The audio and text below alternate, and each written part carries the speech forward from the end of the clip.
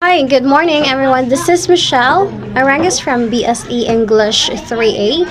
And for today's video, we'll be discussing about Margaret Ronda's essay. So we'll be answering some questions that has been given to by our teacher. So we have here the question number 1. Using Neruda's poem, how did Barris illustrate the ecological violence and displacement brought by capitalism? So I actually mentioned three illustration by Paris that tells ecological violence and displacement brought by capitalism.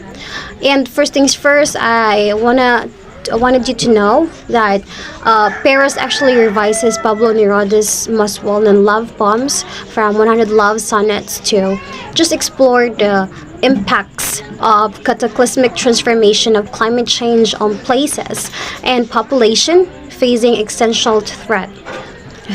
Paris deploys the love language of lyric in terms both ironic and urgent to depict the ecological violence and displacement wrought by Fazl's capitalism.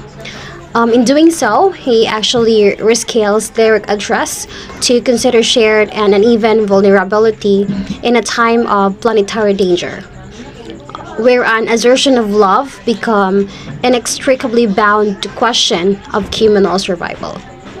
Second one is Paris transfigure Neruda's images of natural fertility and erotic renewal into scenes of devastation, forced climate migrations, disrupted migratory patterns, severe storms, and extraction effect on intricate ecosystem.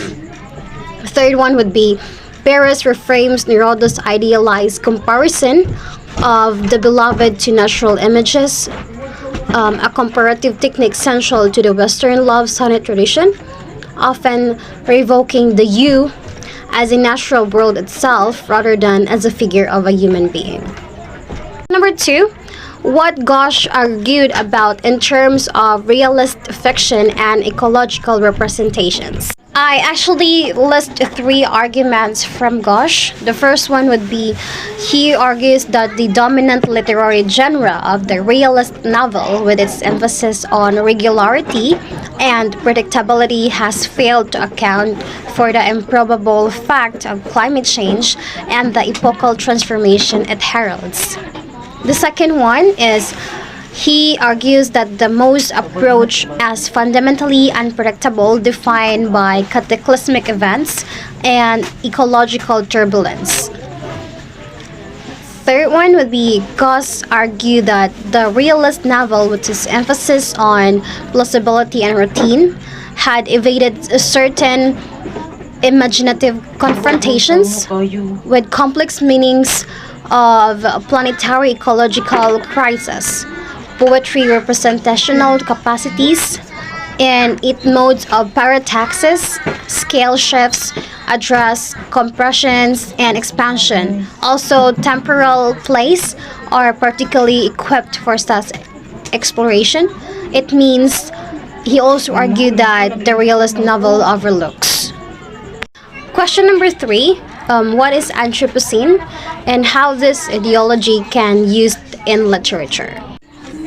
Anthropocene draws attention to the various collective impacts of humans on the Earth system, from biodiversity loss to ocean acidification, carbon emissions to microplastics, nitrogen cycle changes to deforestation. And actually, the Anthropocene provides an opportunity for literary studies to test and transform its method by examining how the symbolic domain might or might not index a historic city that exceeds the human social relation and encompasses planetary flows of energy and matter. Okay, we have question number 4 here.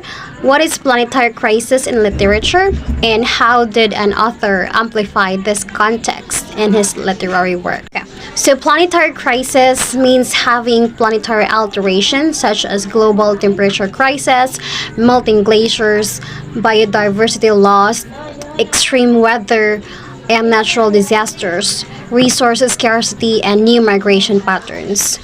Also, a wide range of contemporary eco-poetry explore the ways that the speed of systematic change become perceptible in everyday life and across ecological forms and processes. So some of the authors are Jory Graham, Cecil Foster, and Brenda Hillman.